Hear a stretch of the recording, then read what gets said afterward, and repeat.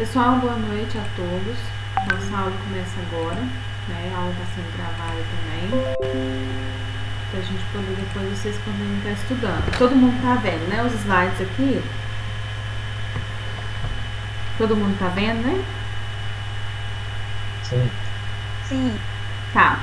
A gente vai continuar a nossa aula, que foi falado da aula passada, né? Sobre trabalhadores, ferramentas, equipamentos, acessórios de área rural. Vocês lembram de trator? A gente falou de trator, a gente falou de alguns tipos de acidentes. Vocês lembram, né? Da aula passada? Quem estava na aula passada deve lembrar, né? A gente tem mais quase 15 dias, né? Teve a última aula, porque a aula semana passada foi feriado, né? Mas a gente vai continuar falando sobre o trabalhador rural, né? Mas agora, mais especificamente, o trabalhador rural mesmo. A segurança e a saúde, né? No espaço rural, né? Os aspectos da NR31.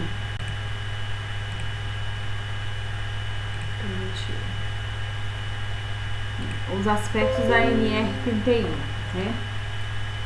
A gente vai começar falando.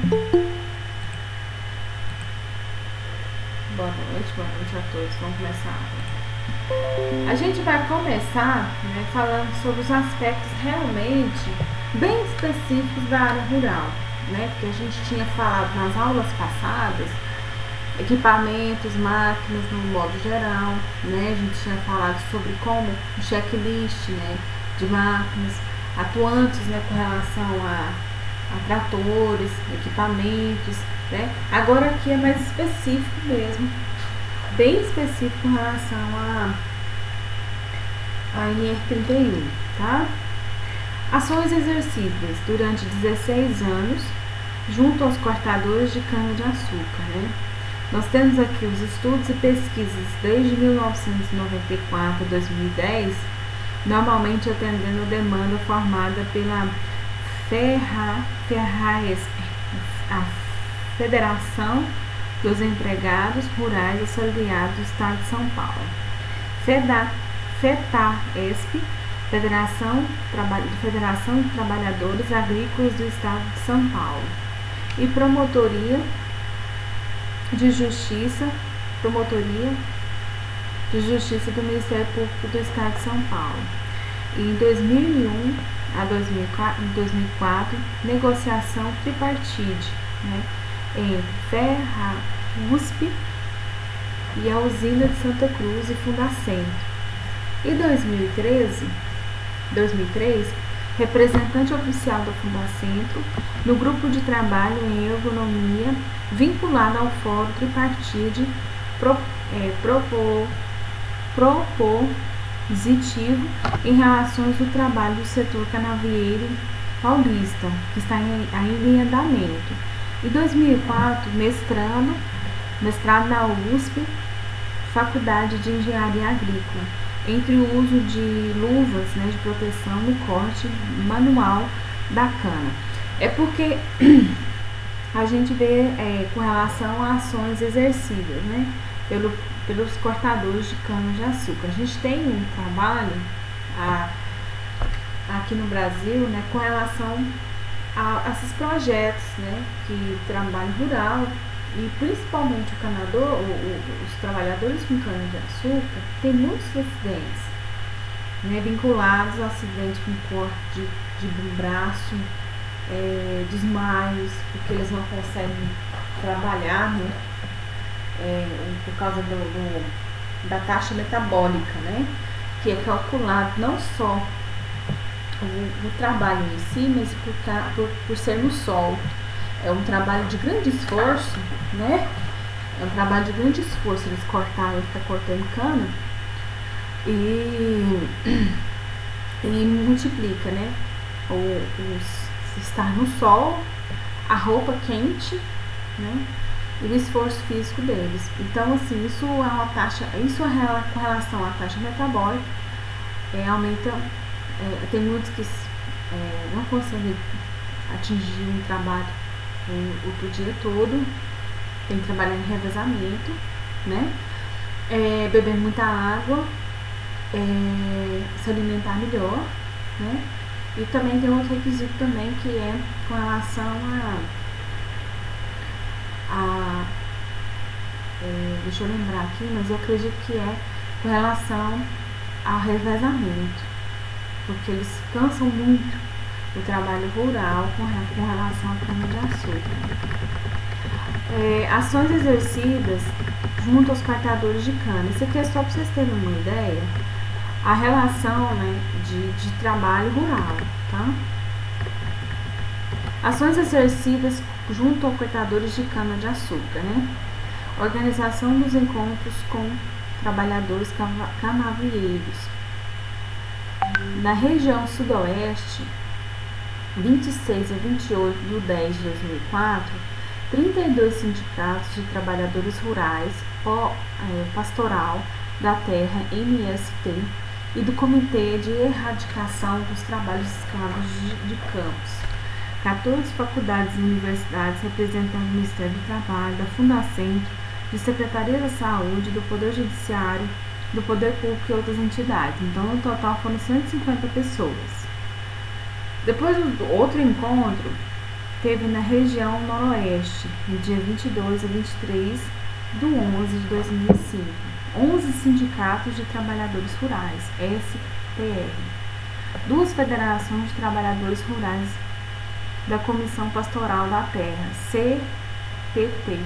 2 universidades, Ministério Público do Trabalho, Polícia Rodoviária Federal, Instituto Nacional de Previdência Social de Recife, TRT Pernambuco, DRT Pernambuco, DRT Alagoas e a Fundacentro. Esses são aqui organizações para discutir a NR31, né? Que são condições aí de uma elaboração para 31, né? A NR, a nova norma nossa de trabalhadores rurais, né? Esses são encontros para discutir problemas e soluções, né? Aí a gente tem outras ações aqui, como citação, junto aos cortadores de cana-de-açúcar. Nós tivemos participação em 7 audiências públicas de 2005 a 2007, assunto mortes dos trabalhadores, reuniões mensais em 2006, 19 pessoas, diretores e técnicos da Fundação e representantes das seguintes entidades centrais: Nova Central do Sindicato do Trabalho, Força Sindical, Escute, Contage,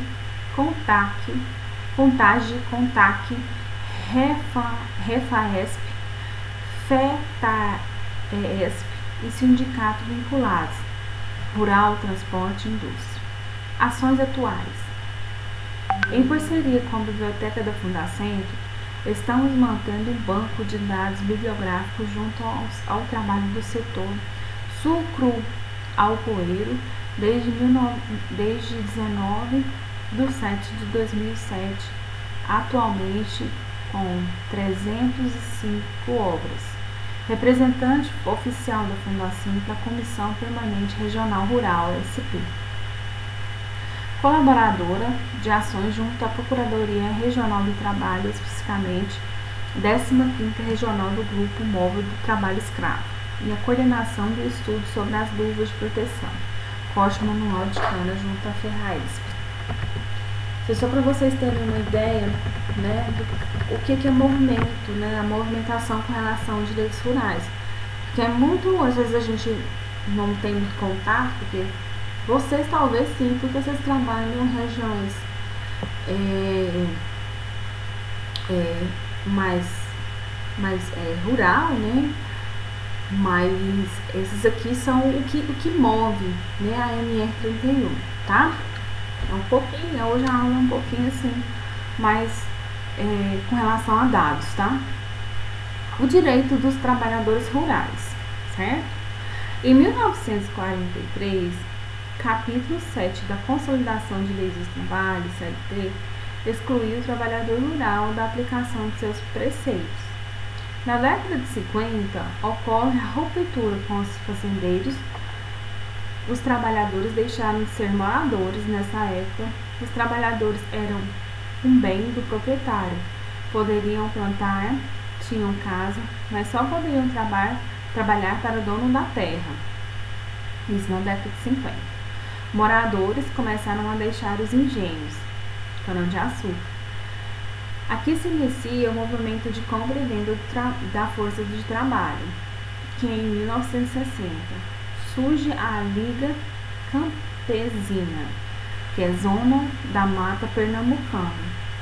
Em 1963 veio a Lei 4.214/63, que é o Estatuto do Trabalhador Rural. Em 1988 surgiu a Portaria 3.067, que é Normas Regulamentadoras Rurais. As questões relativas à segurança e saúde ocupacional contemplaram a RUIROLA.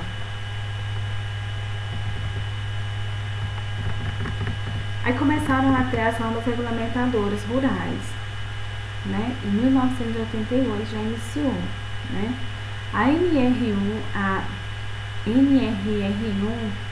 seria o quê? A coordenação e a fiscalização.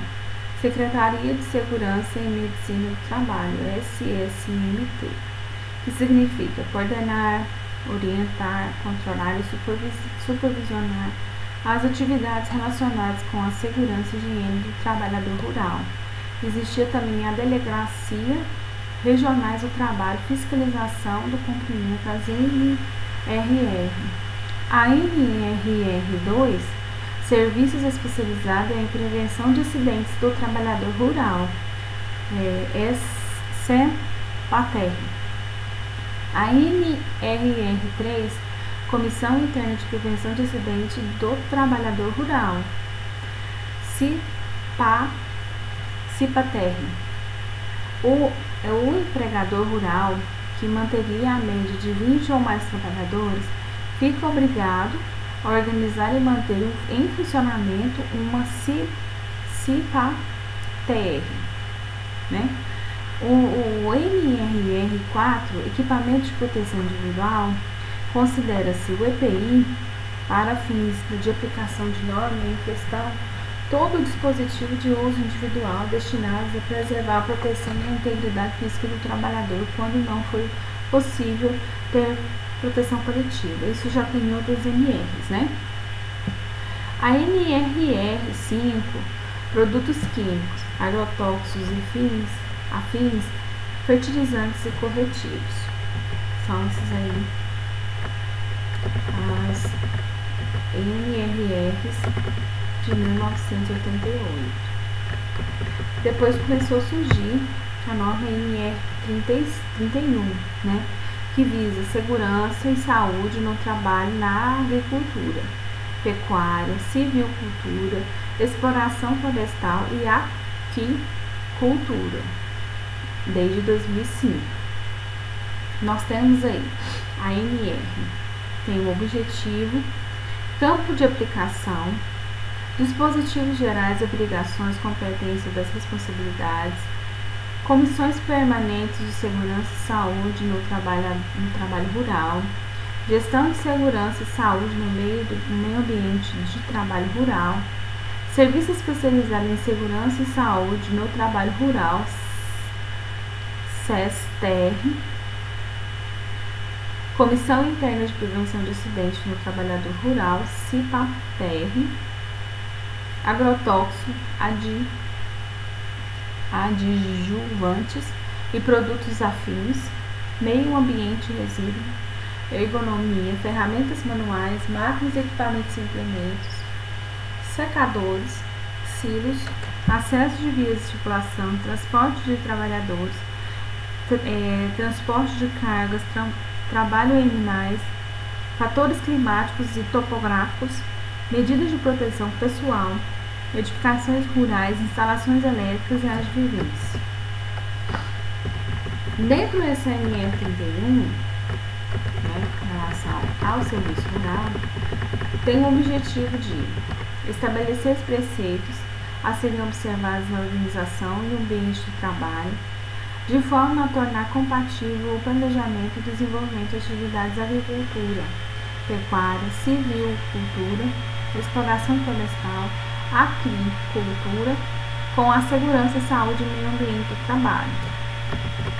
Campo de aplicação, né? Essa norma regulamentadora se aplica a qualquer atividade de agricultura, pecuária, silvicultura, exploração florestal e aquicultura.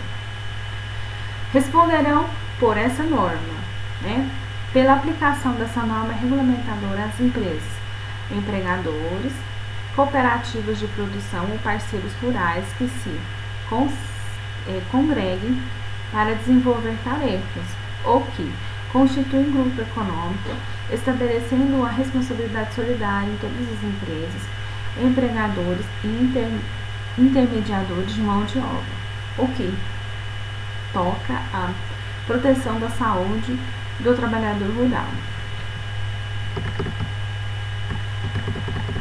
A questão ergonômica, então vamos estudar cada item, eu vou dar uma explicada para vocês, né? Em relação à questão rural, é um pouquinho diferente, sabe?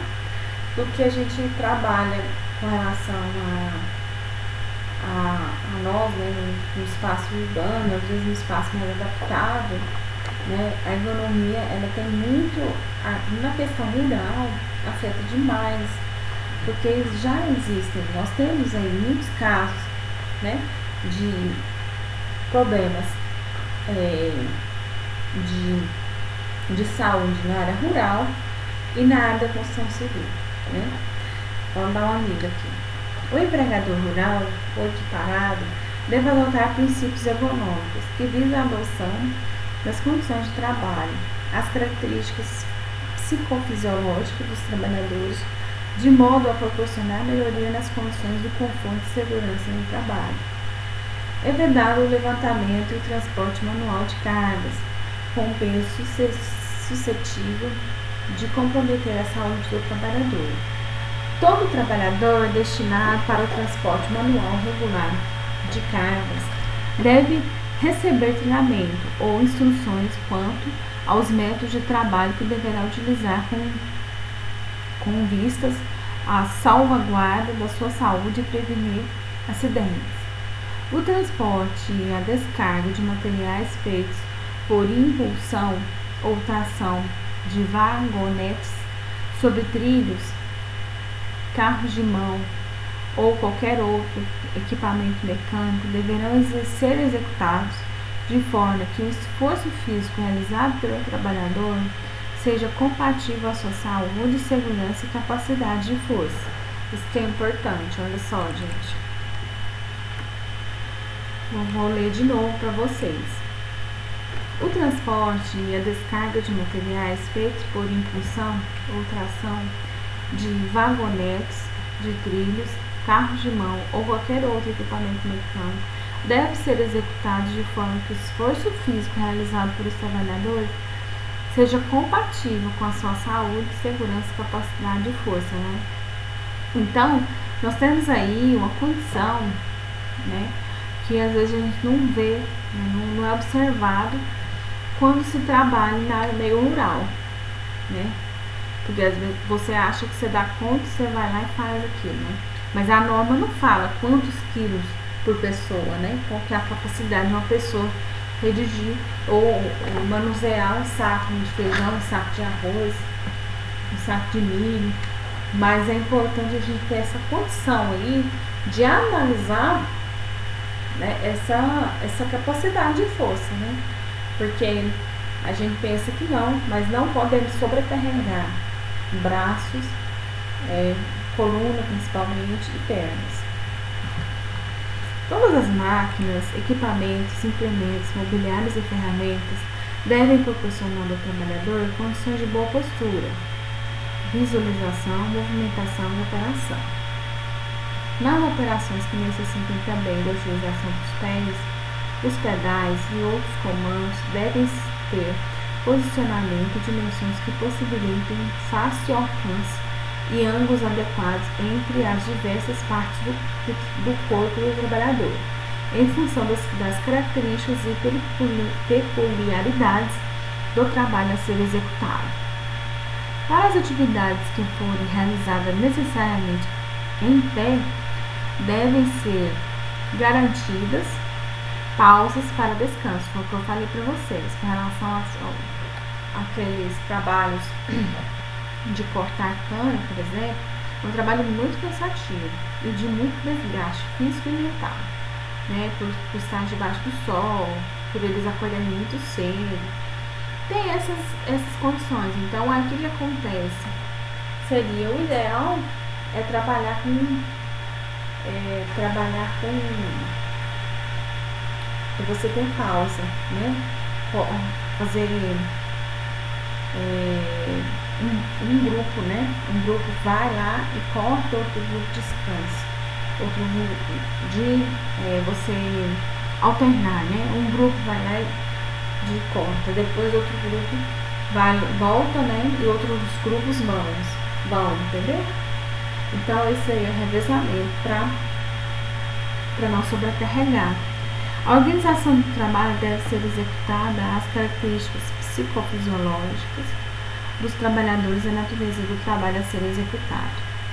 Nas atividades que exigem sobrecarga muscular estática ou dinâmica, deve ser excluídas pausa para descanso e outras medidas que preservem a saúde do trabalhador.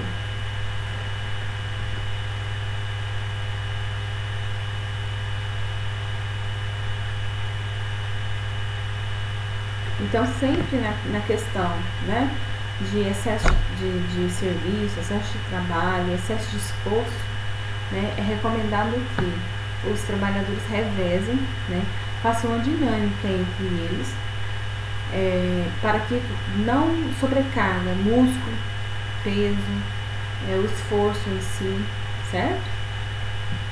O histórico sobre os serviços do trabalho em relação à ergonomia. A ergonomia foi utilizada em 1857, né, por uma pessoa que eu não consigo falar, Wojciech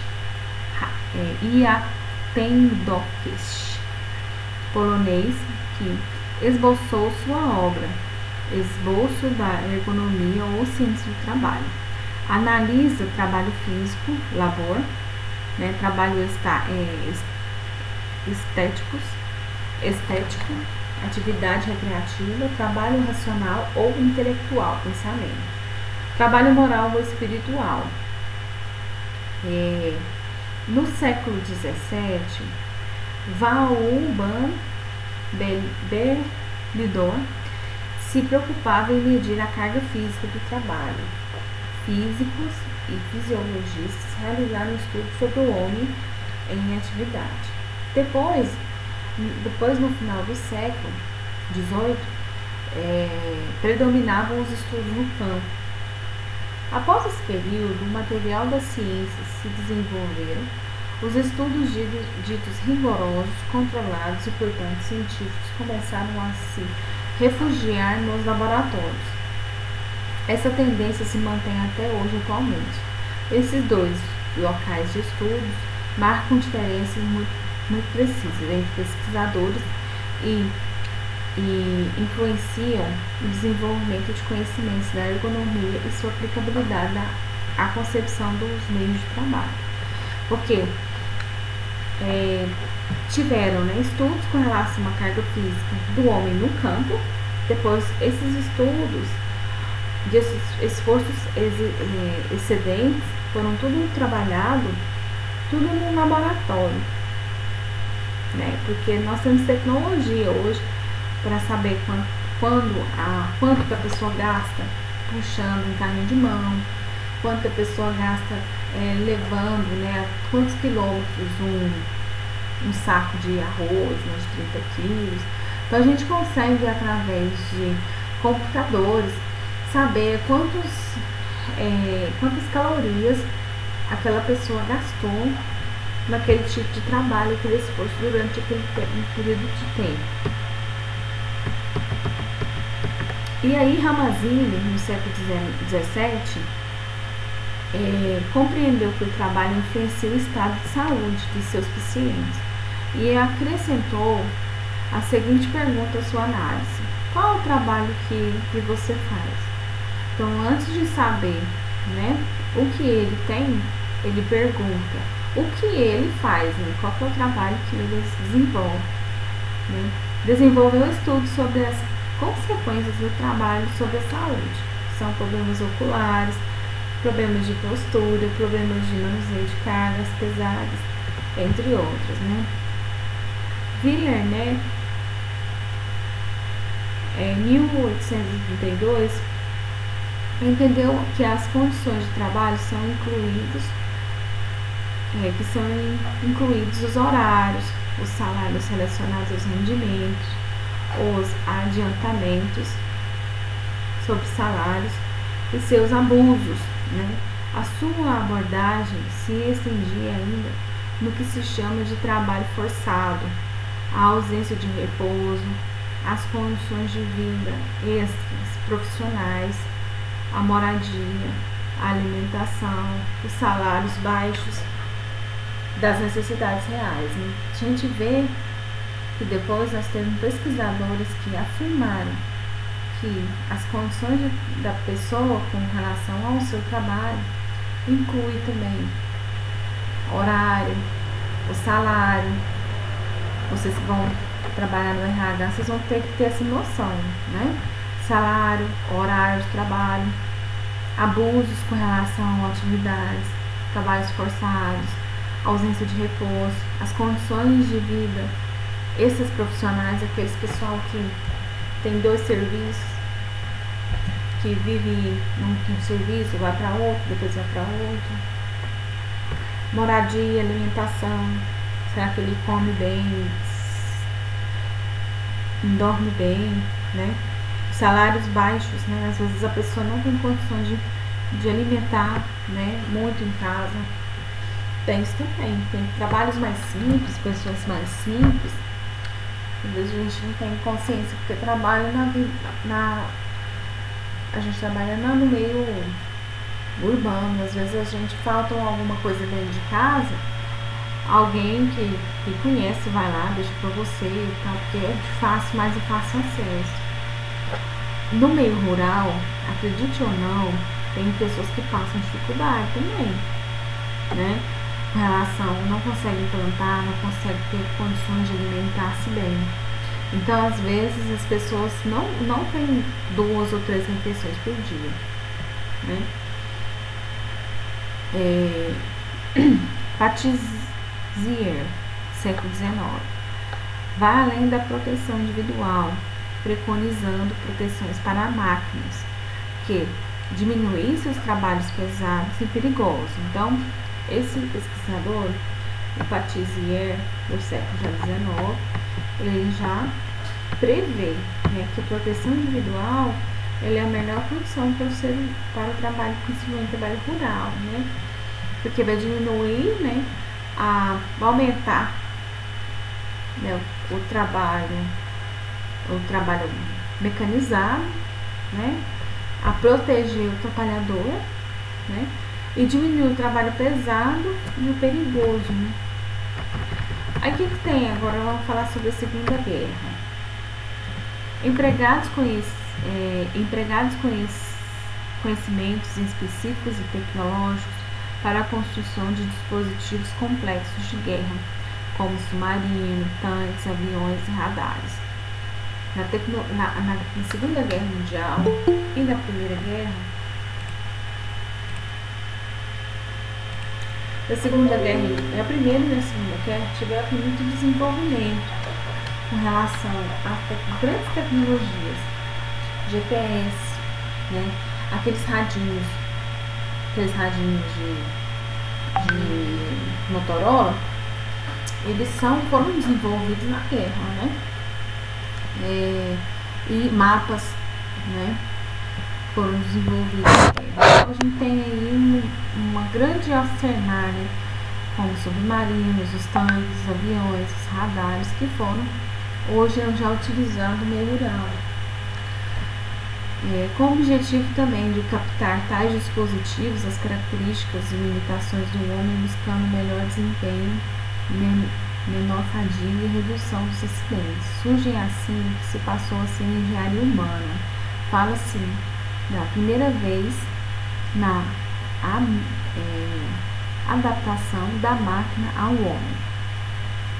Após a Segunda Guerra Mundial, os que se preocuparam em adaptar os meios de trabalho ao homem foram os próprios utilizadores, ou os mais precisamente os produtores diretos.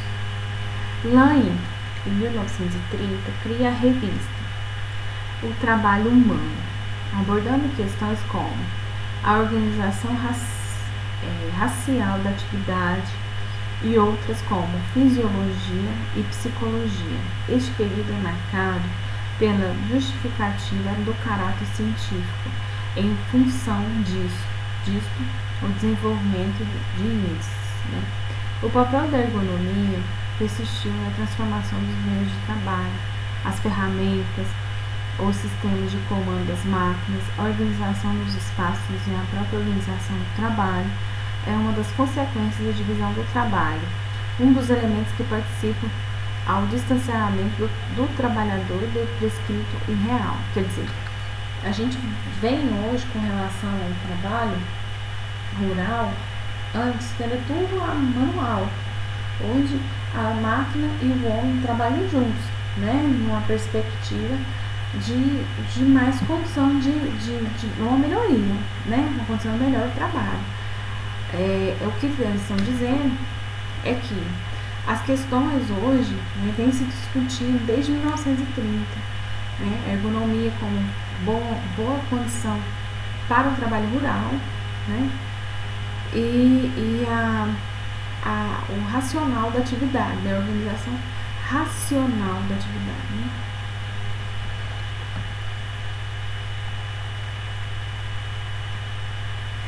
A ergonomia, porque assim, o que acontece são vários tipos de riscos, a gente pode ver aí com relação à atividade rural, mas a ergonomia é uma das, como já tinha falado para vocês, é um dos riscos mais preponderantes, é um dos riscos que mais tem afetado os trabalhadores rurais, tanto os trabalhadores rurais como o pessoal também da construção civil, A ergonomia é um estudo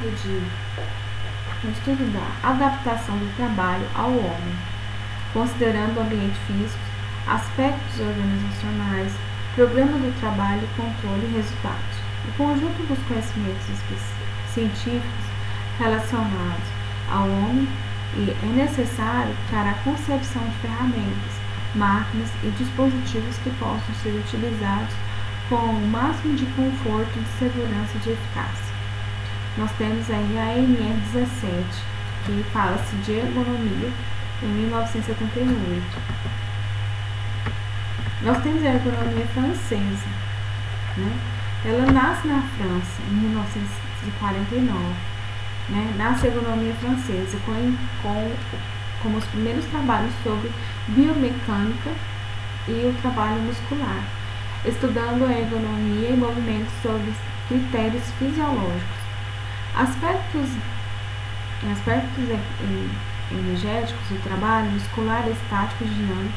Estático, pessoal, é o esforço muscular que você tem através de um certo tipo de peso, você segurando um saco de algum alimento ou alguma coisa, um saco de fertilizante, alguma coisa assim.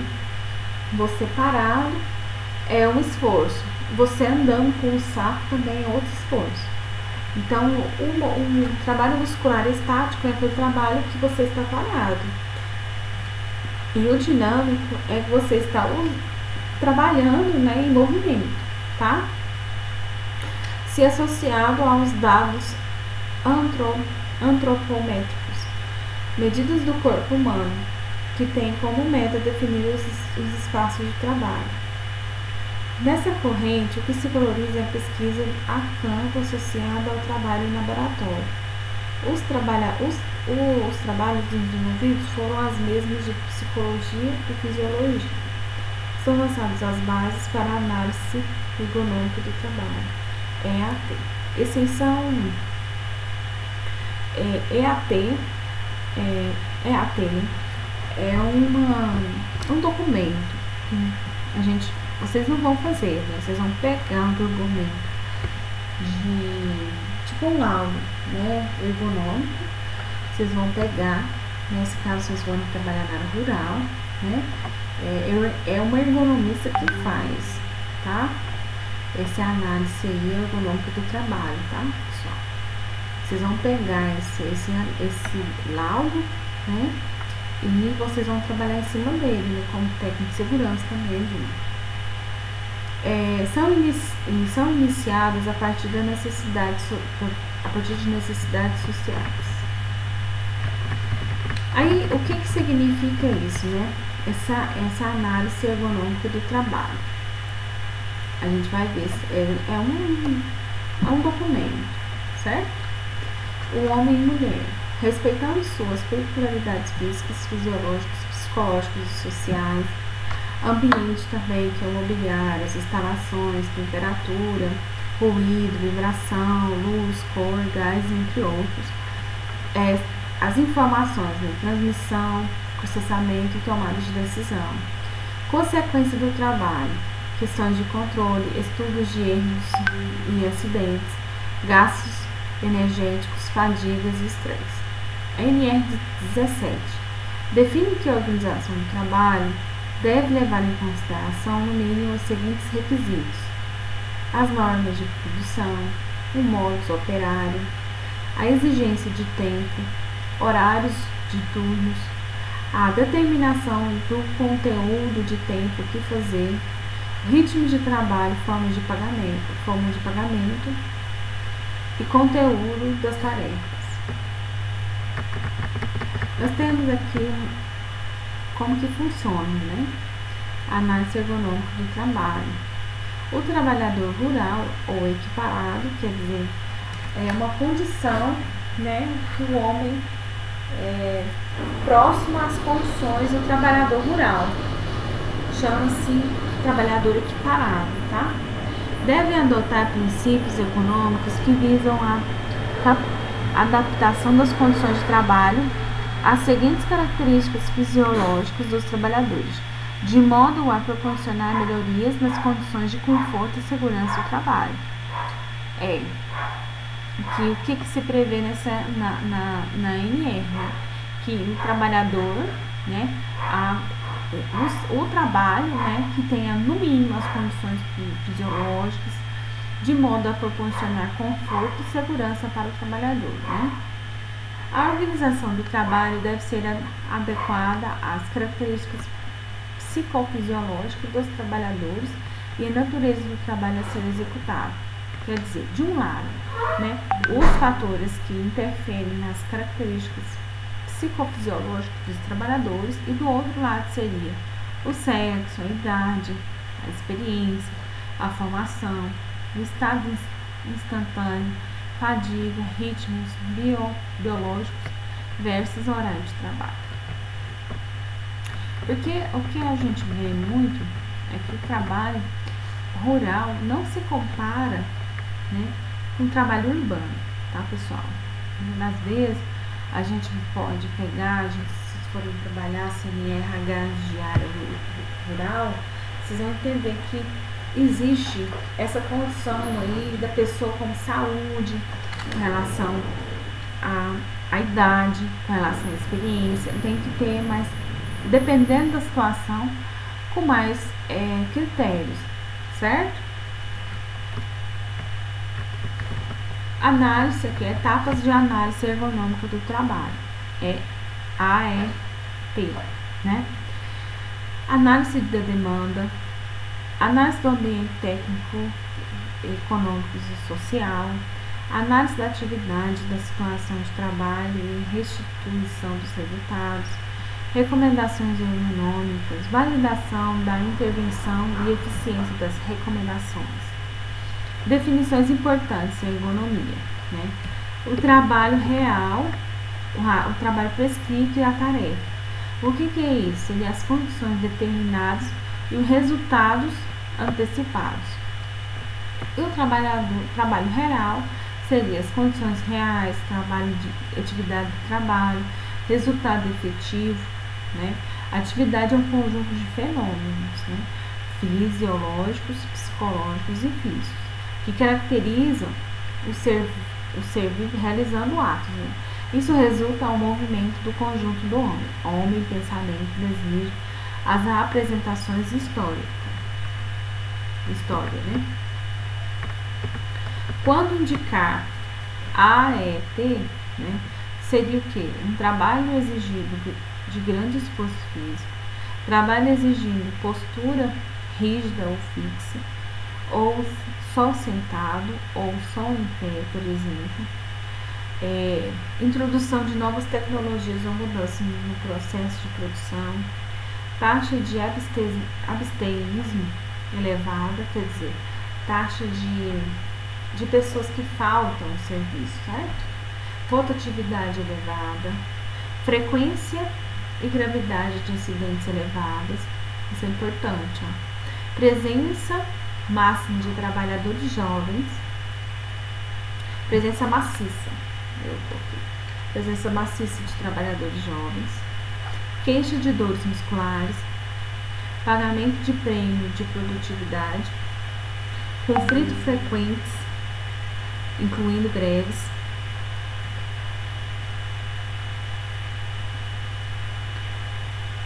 trabalho exigindo movimentos repetitivos, trabalho sem turnos, trabalho exigindo grande precisão e qualidade, situações outras detectadas pelo mapa de risco ou outros métodos de avaliação. Quando você deve se indicar, né, o laudo ergonômico, né? Análise ergonômica de trabalho, um laudo ergonômico. Mais um pouco de história, para a gente poder entender aqui também, né? O histórico sobre os métodos de organizar o trabalho, praticados ainda hoje. Taylor, século XX, propôs um método científico para a gestão das fábricas. Ele quis mostrar, seria a organização científica do trabalho nas fábricas.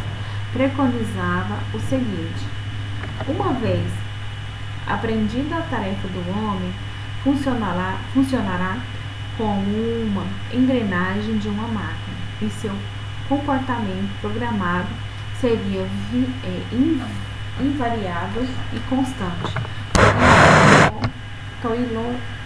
Taylorista, que seria o quê? Atividades mentais isoladas das físicas. Suas funções fisiológicas e psicológicas têm que adaptar às exigências externas. Não existe variabilidade individual ou impermeável às agressões ambientais. Vocês entenderam essa questão do Taylor no século XX, quando ele propôs o método científico de trabalho nas fábricas? Vamos ver se vocês estão prestando atenção.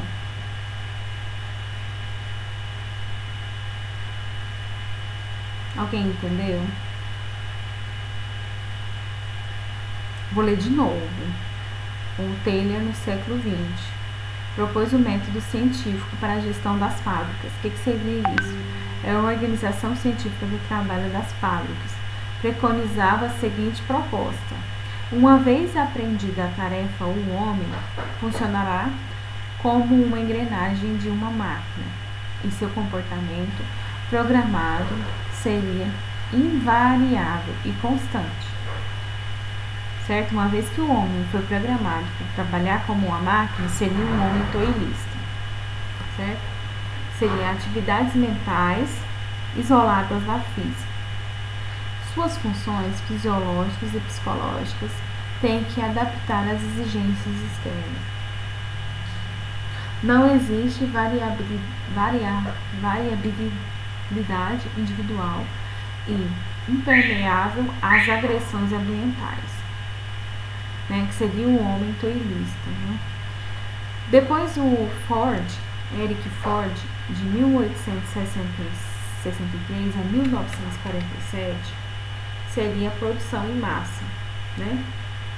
A principal característica seria a linha de montagem móvel, onde o trabalhador não tinha nenhuma flexibilidade, sempre produzindo poucos modelos em grande quantidade. A princípio da produção em massa é que nenhum operário deve ter um passo a mais a dar e nenhum movimento a mais do que necessário.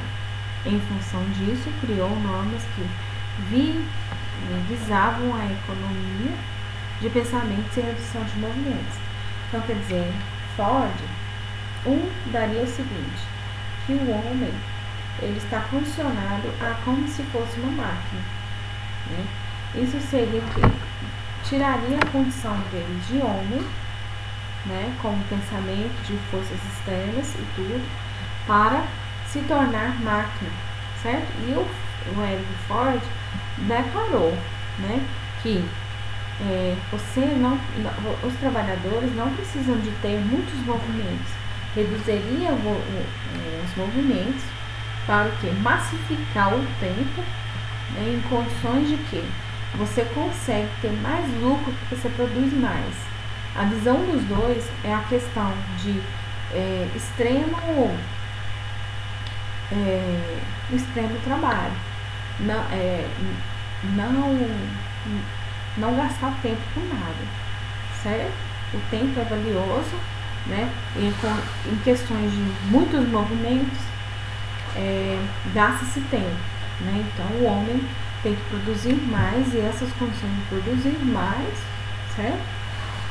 Para o tempo mais curto, ok? Depois nós temos também a escola sociotécnica, se manifestou a partir dos anos 50, em função do descontentamento dos trabalhadores demonstrado por um aumento de rotatividade voluntária, doenças ocupacionais, número de faltas, criaram novas ideias organizacionais. Surgiram os grupos semi-autônomos, que seriam um grupo assume a responsabilidade completa pela produção de um produto ou de uma linha de produtos.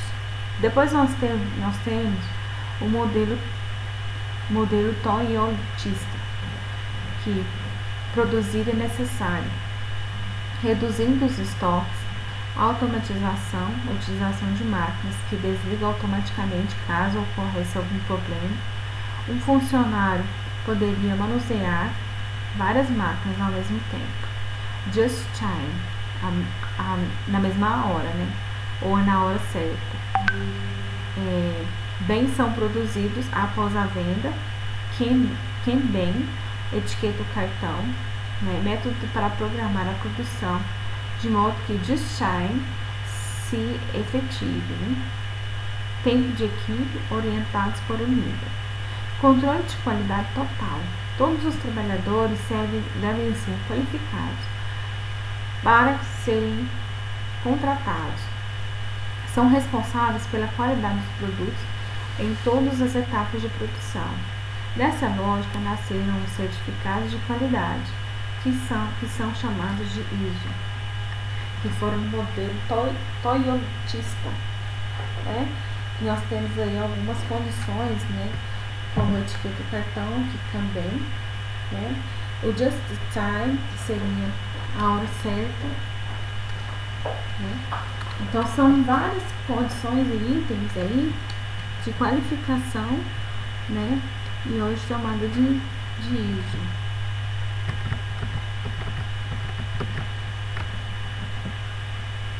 Exemplo de uma AET, né?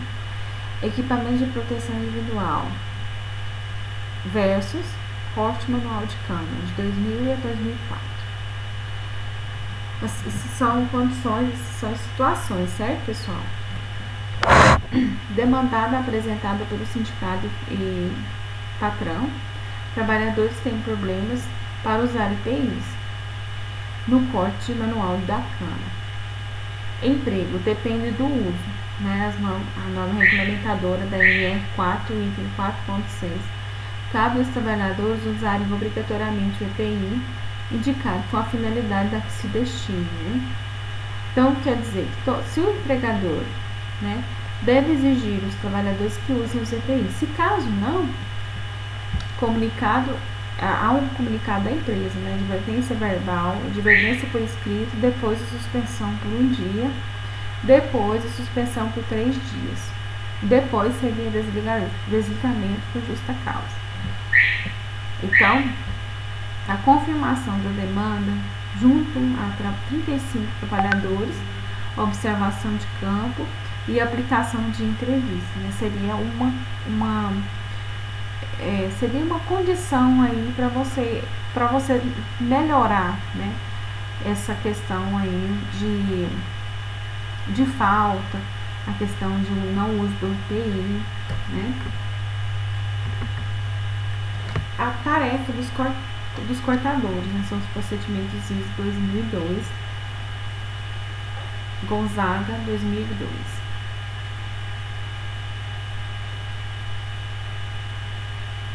Munido de facão e usando todo o equipamento de EPI, o trabalhador rural deve efetuar o corte da seguinte maneira: entrar de frente para o eito.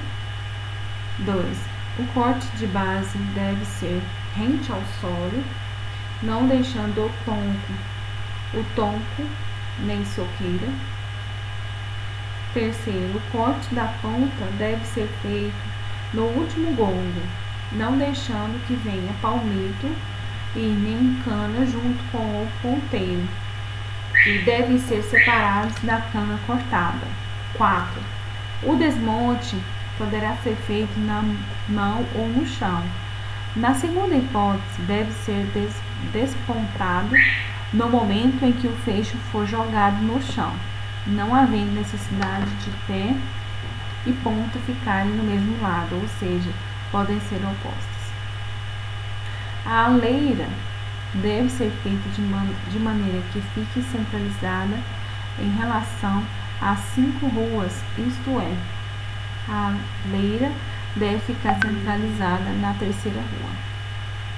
A leira deve ficar limpa em todo o seu comprimento, livre de palmas, no mínimo 50 centímetros de cada lado. Isso é condição, né, para cortadores aí de cana, cortadores também de outras plantas também, né, conforme a ISO 9002.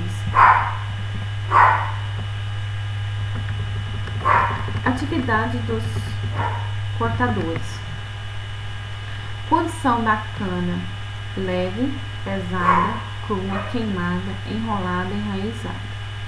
Local de trabalho: plano ou em declive, curva de nível, beirada ou no meio de canavial. Ritmo intenso: pagamento por produção. Então, quer dizer, a gente vê com a condição, às vezes, os trabalhadores pegam trabalho por empreito, né?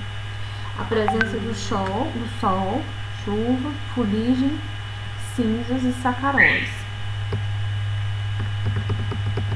Confirmação da demanda. Óculos de proteção individual, óculos de proteção, inviabilizam a visão, né?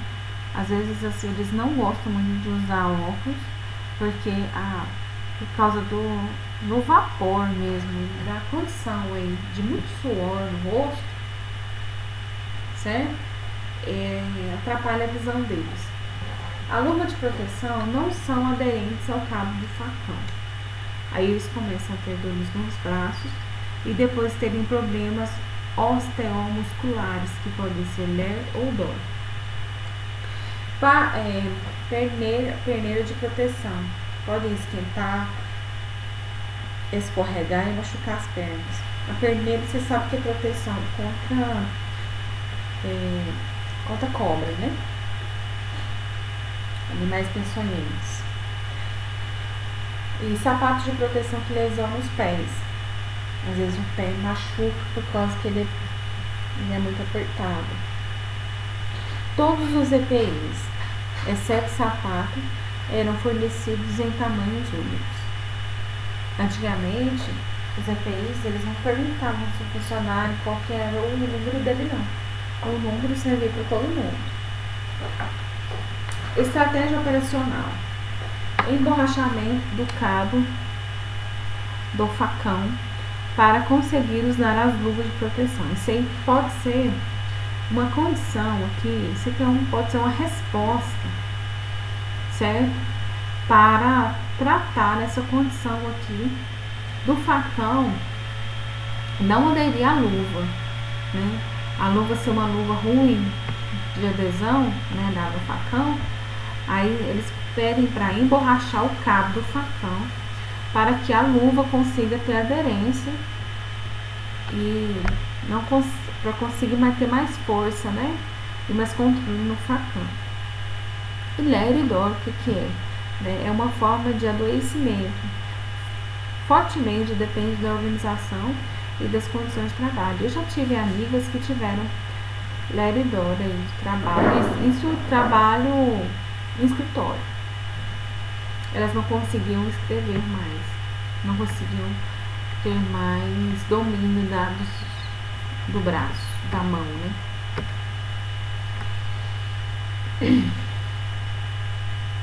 Imagens da inadequação, né? Luva muito grande, tá vendo? Luva imensa, tá vendo? A luva maior que a mão. Você não consegue pegar nenhum equipamento aqui, né? Você não consegue aderir a mão e trabalhar com essa luva desse tamanho, né? Outra seria aqui, ó, a alteração das unhas produzidas pela pressão e atrito da luva. A luva machuca demais e aí acabou com esses dois dedos, tá vendo? No meio aqui com o uso, né? Com o uso excessivo aí dos serviços. Estratégia desenvolvida, que seria aqui a falta de aderência no cabo de madeira, né? Aí coloca-se o que? Coloca-se em borracha, né? E borracha-se o cabo. Aí aqui com a luva eu consigo segurar melhor o facão.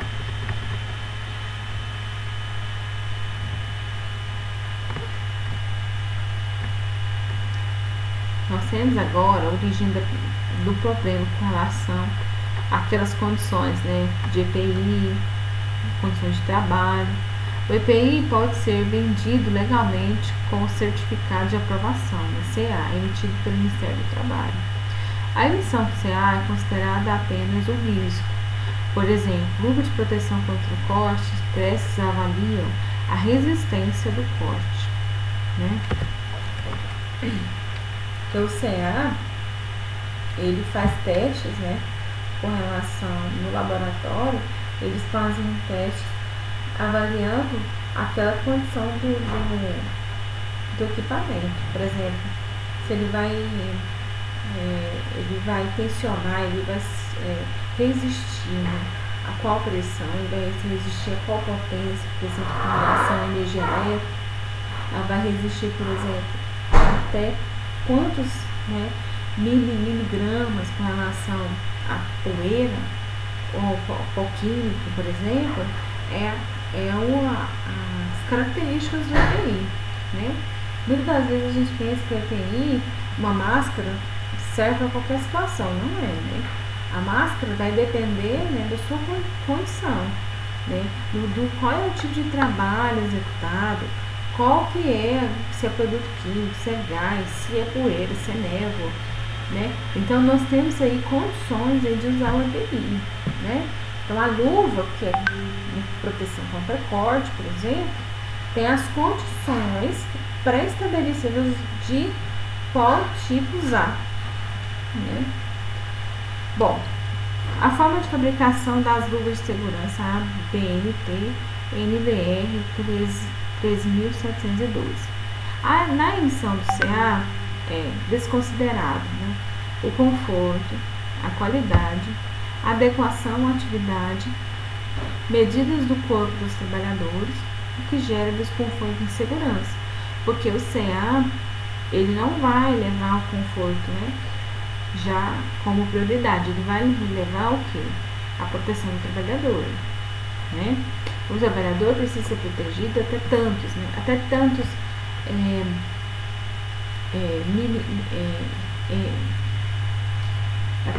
até com relação ao que?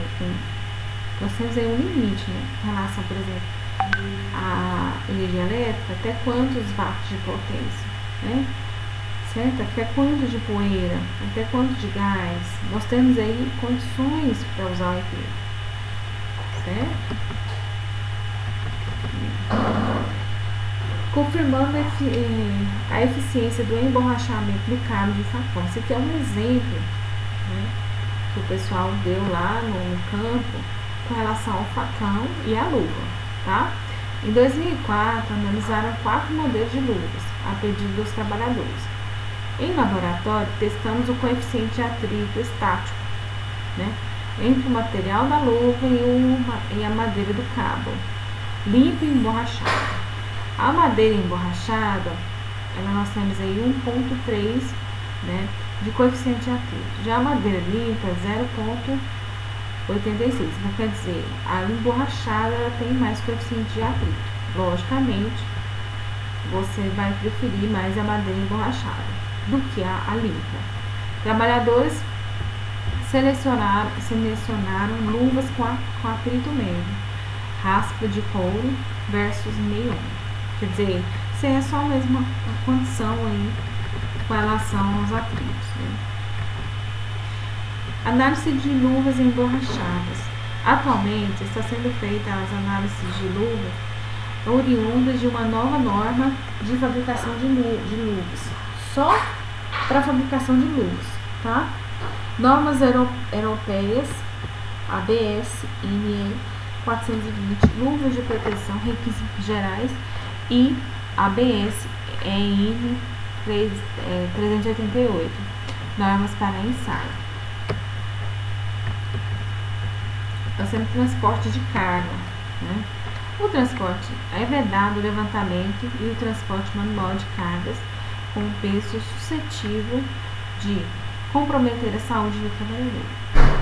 Todo trabalhador designado para o transporte manual regular de cargas deve receber treinamento quanto aos métodos de trabalho que deverá utilizar, como com vistas, salvaguarda para a saúde e prevenir acidentes. O transporte e a descarga de materiais feitos por impulsão ou tração de vagonetes de sobreteiros, carro de mão ou qualquer outro equipamento mecânico deverá ser executado de forma que o esforço físico realizado pelo trabalhador seja compatível com a sua saúde, segurança e capacidade do trabalhador, isso já foi falado, né? Com relação também à idade, sexo, experiência, formação, estado instantâneo, fadiga, ritmos biológicos versus horas de trabalho. Consolidação das leis do trabalho, CLT. No artigo 198, 60 quilos ou 60 quilogramas, o peso máximo que o empregado pode remover individualmente, ressalvadas as condições especiais relativas ao trabalho que poderia ser melhor ao trabalho do menor ou da mulher, né? Que pode ser melhor e menor para o menor ou para a mulher, tá? Artigos 390 e 405, inciso 5º da CLT, estipulam para o trabalho da mulher e do menor no máximo 20 quilos, para o trabalho contínuo e 25 quilos para o trabalho ocasional. As atividades pesadas, então quer dizer, para homens, né, seria até 60 quilos, e para as mulheres e para o menor até 20 quilos.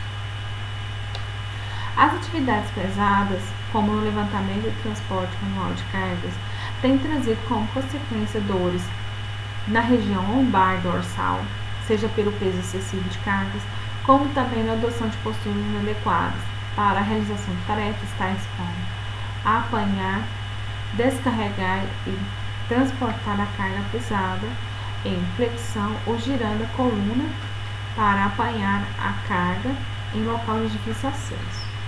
Fique atento ao ritmo com o que isso deve ser feito. Transporte em caminhões. O carregamento e descarregamento de caminhões deve ser desenvolvido em métodos compatíveis com o tipo de carroceiro, utilizado, observando medidas de segurança coletiva como possíveis ou individuais, observando aspectos gerais como carroceiros tais como a altura da carroceria, estado de conservação da carroceria, material ao qual foi construído, o tipo de produto a ser transportado. As escadas ou rampas para a execução dessas atividades devem garantir condições de segurança e com cuidado para evitar esforços físicos excessivos. Os seguintes aspectos devem ser ressaltados. Quando construídas de madeira, essa tem que ser de boa qualidade, sem que existam nós ou rachaduras. Os degraus das escadas devem ser uniformes, variando entre 0,25 a 30 centímetros. As escadas e rampas devem ter sistema de fixação para evitar o deslizamento. Os degraus devem ser antiderrapantes. As escadas de abrir devem ser rígidas, estáveis e possuem dispositivos que mantêm a abertura constante, garantindo a segurança da operação. As ferramentas manuais, O empregador deve disponibilizar gratuitamente ferramentas adequadas ao trabalho e às características físicas do trabalhador, constituído sempre que necessário. As ferramentas devem ser seguras e eficientes, utilizadas exclusivamente para o fim na qual se destinam, mantidas em perfeito estado de uso. Os cabos das ferramentas devem possuir boa aderência em qualquer situação de manuseio, possuir formato que forneça a adaptação à mão do trabalhador a ser fixados, de forma a não se soltar acidentalmente na lâmina. Da lâmina, é porque assim, nós temos a faca, que é o cabo, e a lâmina, Aí, o que acontece? Esses tipos de equipamentos são extremamente perigosos se caso, eles estiverem com alguma fissura ali ou algum problema de saírem, o cabo, certo? E a lâmina da faca, então, ou do facão. Então, é importante a gente sempre estar vendo, se o equipamento está em condições de uso, porque às vezes ele está solto, e aquele solto pode machucar muito, ou sair do cabo. Então, vocês que vão trabalhar, se vocês forem trabalhar com meio rural, esses tipos de ferramentas não podem ser usadas, tá? Se eles estiverem soltos ou em condições impróprias. Se são essas condições impróprias, não podem ser usados, tá? E se usados, quando transportados, sempre protegidos, tá? Não podem transportar eles sem a proteção, sem uma capa ou se não for dentro de uma caixa de ferramentas. As ferramentas de corte devem ser guardadas e transportadas em bainha, bainha é como se fosse a capa da faca, do facão, certo? Todos os materiais cortantes ou que tenham pontas, certo? Ou também ferramentas que são afiadas, mantidas afiadas. Ficar atento ao uso de luvas de proteção para garantir a aplicação deste item. As pausas são importantíssimas na NFTI. não define período de pausas, mas elas têm que existir. Para as atividades que forem realizadas necessariamente em pé, devem ser garantidas pausas para descanso, principalmente por conta, né, do excesso de serviço, tudo, excesso de desgaste, né, metabólico muito alto. Nas atividades que exigem sobrecarga muscular estática ou dinâmica, devem ser incluídas pausas para descanso e outras medidas que preservem a saúde do trabalhador. A NR17 define período de pausas também, né?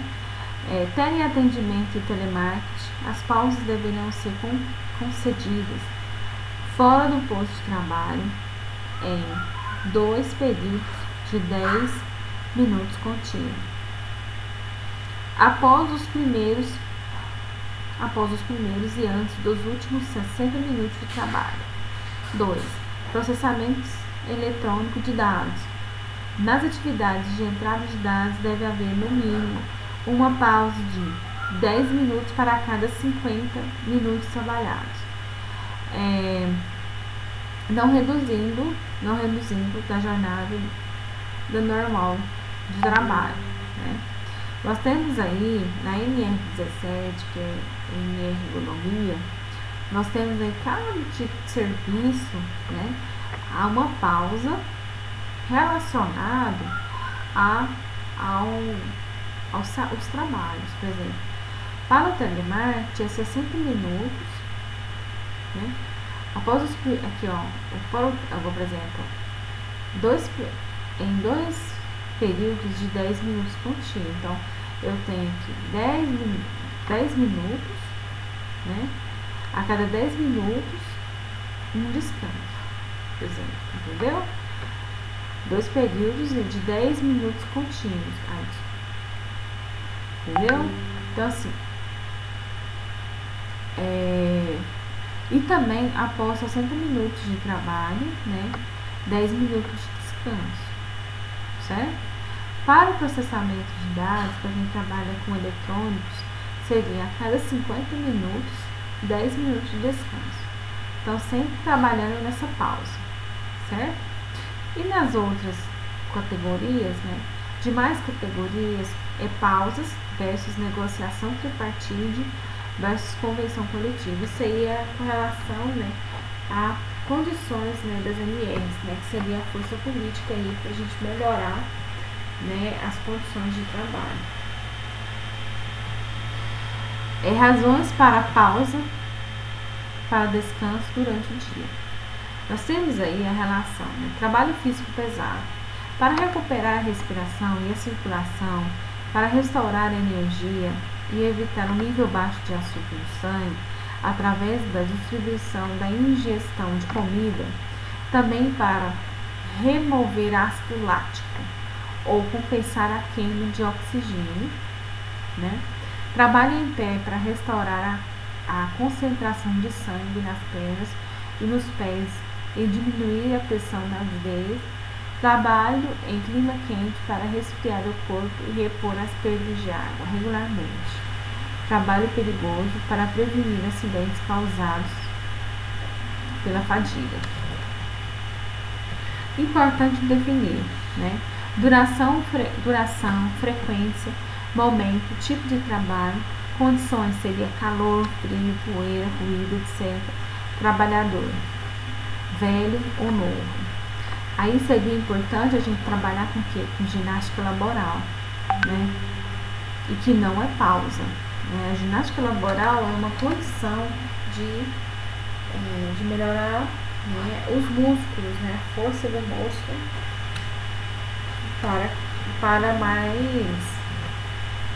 para mais disposição. Só que a pausa é para que o corpo se descanse, né? São coisas diferentes, né? Para que o corpo se descanse, né, e volte a ter energia para trabalhar. Fatores climáticos e topográficos, né? O empregador rural ou equiparado deve orientar os seus trabalhadores quanto aos procedimentos a serem adotados na ocorrência das condições climáticas desfavoráveis, interromper as atividades na ocorrência das condições climáticas que comprometem a segurança do trabalhador, organizar o trabalho de forma que a atividade que exija maior esforço físico seja possível, sejam desenvolvidos no período da manhã ou no final da tarde. Então, quando nós temos aí um excesso de trabalho, um serviço que puxa mais para o esforço, podemos trabalhar de manhãzinha, quando o sol está fresco, ou se não depois às 5, porque o sol já esfriou. Então, isso é importante também a gente observar, né? O trabalhador rural ou equiparado deve adotar medidas de proteção para minimizar os impactos sobre a segurança e saúde do trabalhador nas atividades em terreno acidentado, em enxadas de cabo mais curto para plantar em ladeiras íngremes. Animais precisam ser bem treinados e de boa índole e só devem ser conduzidos por homens experientes. Trabalhadores treinados para trabalhar com tratores ou outro tipo de máquina, risco de encapotamento.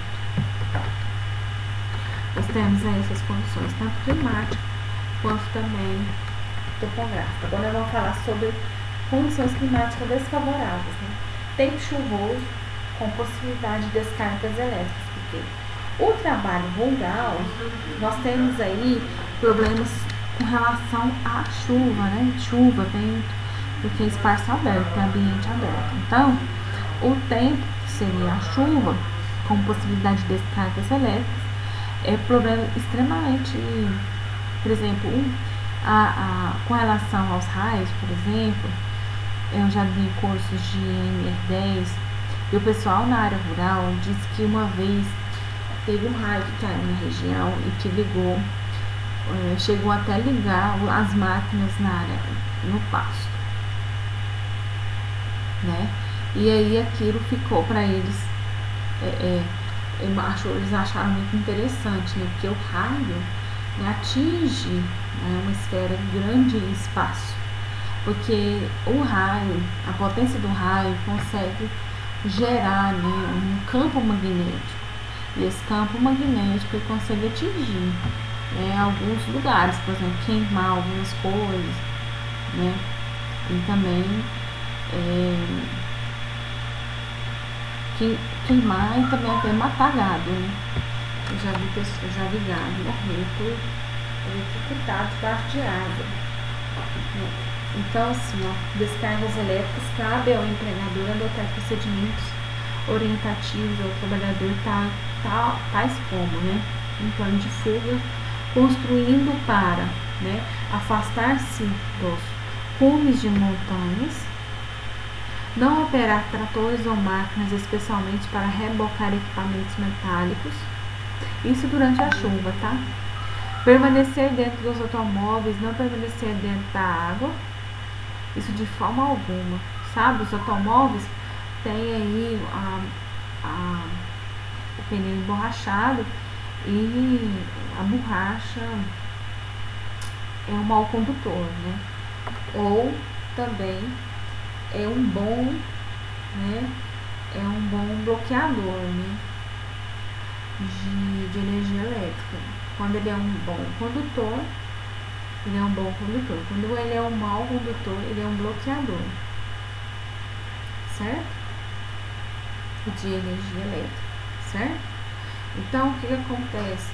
A questão da borracha no carro, quando se tem problemas com relação a raios próximos, não sai do carro e nem encosta na lataria do carro, porque o carro pode estar eletrocutado por fora. Nós temos aí exemplos não é tão difícil a gente ver carro na época chuvosa e aí às vezes poste cai em cima de carro. Já vi acidentes, né, que a pessoa tá com o carro encostado e o poste caiu em cima do carro e a mulher dentro do carro lá no lado do motorista.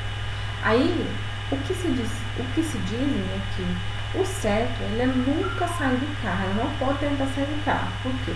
Não se sabe se o carro está eletrocutado por causa do poste. Né? Certo?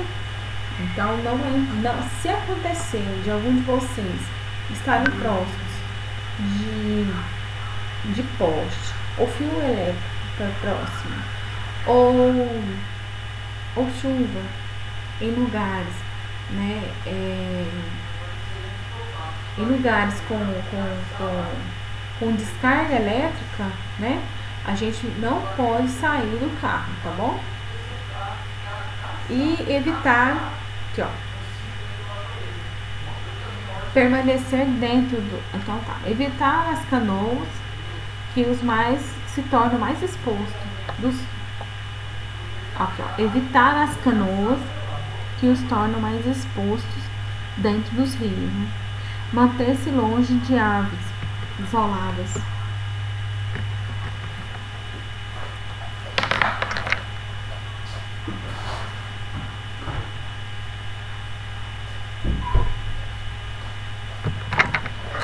Nós temos aí agora exposição ao sol, né? A radiação infravermelha e ultravioleta, né? Dessa maneira pode vir a sofrer, né, diversos agravos à saúde, como queimaduras, cãibras, síncope, desmaio, né? Insolação e câncer de pele. Importante que desenvolva suas tarefas devidamente protegido, organizando, né, as atividades de forma que aquelas que desmante maior esforço físico sejam desenvolvidas em horário em climas mais amenos. Esforço físico aliado ao calor excessivo possibilita a ocorrência de perda abundante de líquido, principalmente através do suor, necessitando de sua reposição imediata através de ingestão de solução balanceada de água e sais, ficando dessa forma atento ao trabalhador ou equiparado aos períodos muito quentes do ano quanto ao uso necessário interromper o labor, quer dizer, interromper os serviços, tá? Então, às vezes, isso que eu queria falar com vocês, quando existe na época mais quente do ano, tem que ter a água balanceada com água, né, e sais, né, que é sal e água, né, tipo meio água com soro, para repor os minerais aí perdidos através do suor excessivo. Medida de proteção individual é obrigatório, né, aos trabalhadores gratuitamente equipamento de proteção nas seguintes circunstâncias. Sempre que as medidas de proteção coletiva forem tecnicamente comprovadas, invariável ou quando não oferecerem completa proteção contra os riscos decorrentes do trabalho, enquanto as medidas de proteção coletivas estiverem sendo implantadas para atender as soluções de emergência. Os equipamentos de proteção individual devem ser adequados aos riscos e mantidos em perfeito estado de conservação e funcionamento. O empregador deve exigir que os trabalhos utilizem o EPI. Cabe ao trabalhador usar o equipamento de proteção individual indicados para a finalidade a que se destine, né, e zelar pela sua conservação. O empregador rural equiparado tem a obrigação de escolher um dispositivo que garanta a devida proteção ao trabalhador contra os riscos presentes na atividade ou posto de trabalho. Compete também ao empregador rural ou equiparado treinar os trabalhadores para o uso correto e devido dos dispositivos de proteção, assim como sobre a sua conservação. É obrigação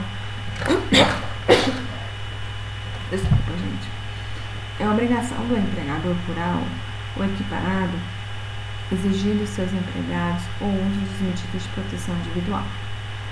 Venda legal de EPI, obrigatório a emissão de certificado, né? certificado de aprovação, CA, que atesta apenas o risco de forma isolada e considerada a atividade ou usuário, que seria medidas do corpo, e qualidade do material, a que gera desconforto e segurança. Então, quer dizer, o CA não vai avaliar conforto, eles vão avaliar se ele, aplicado ao risco, ele protege ou não protege, entendeu? Então, os trabalhadores, eles vão questionar com relação ao desconforto e tal. Então, aí vocês têm que pegar e também fazer testes, usar luvas, e aí eles vão falar, né, se a luva está adequada, se eles estão se sentindo bem. Isso é importante. Talvez vocês comprassem uma luva, né, um modelo de luva, e pedir para eles usarem o modelo e ver se eles estão gostando do modelo, né, se eles estão aderindo àquele tipo de modelo, aquele material. Às vezes eles não gostam. Aí você pega e compra outros modelos, vão fazendo testes, entendeu?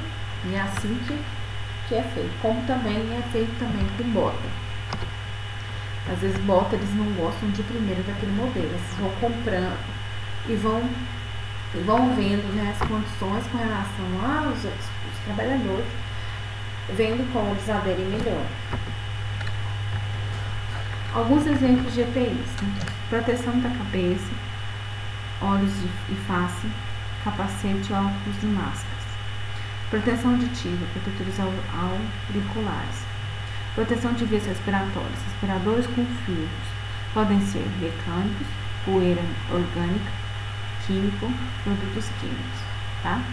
Proteção dos membros superiores, luvas e mangas de proteção contra lesões ou doenças provocadas por materiais cortantes, produtos químicos.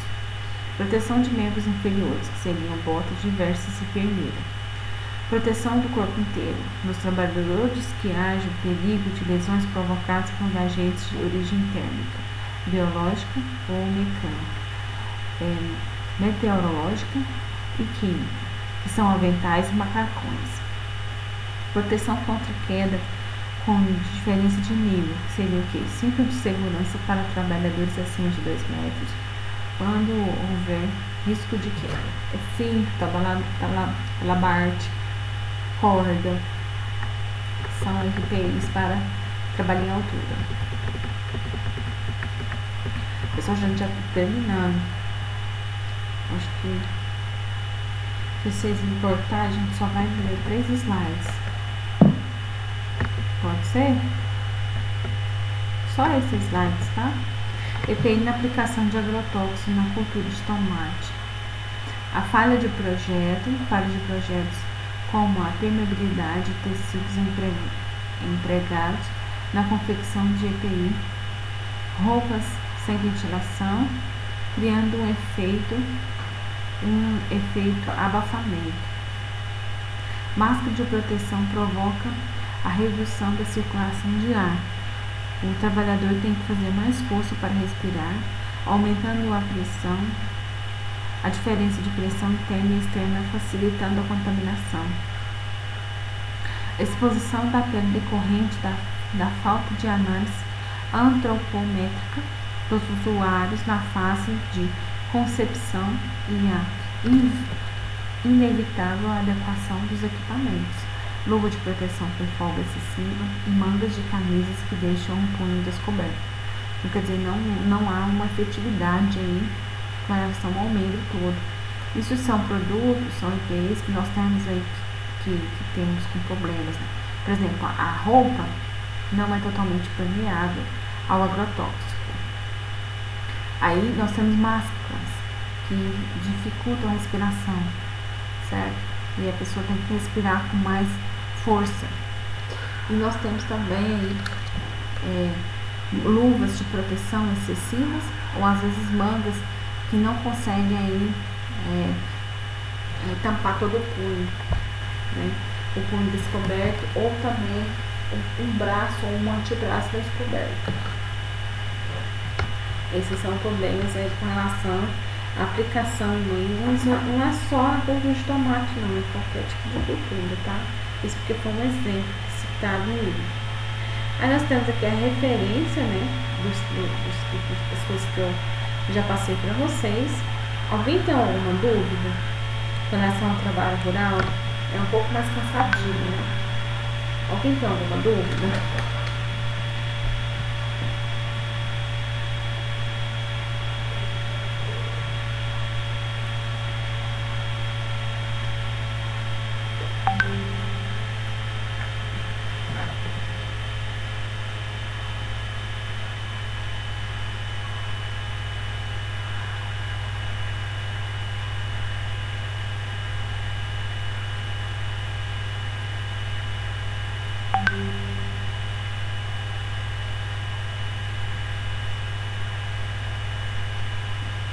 Pessoal, então tudo bem então? Alguém tem dúvida, não? Então vamos encerrar nossa aula. Eu vou fazer o seguinte, eu vou deixar lá no portal, lá na plataforma, atividade para vocês. Já excedeu o tempo de hoje, né? Vou deixar para vocês responderem na próxima aula, pode ser? Tá bom, né? Então vou deixar aqui para vocês responderem lá na próxima aula, tá? Vou deixar já a aula gravada, vou deixar o conteúdo para vocês estarem estudando e vou também deixar lá na plataforma o exercício de hoje, tá bom, pessoal? Fiquem todos com Deus e qualquer dúvida também vocês podem me chamar aqui no privado, tá?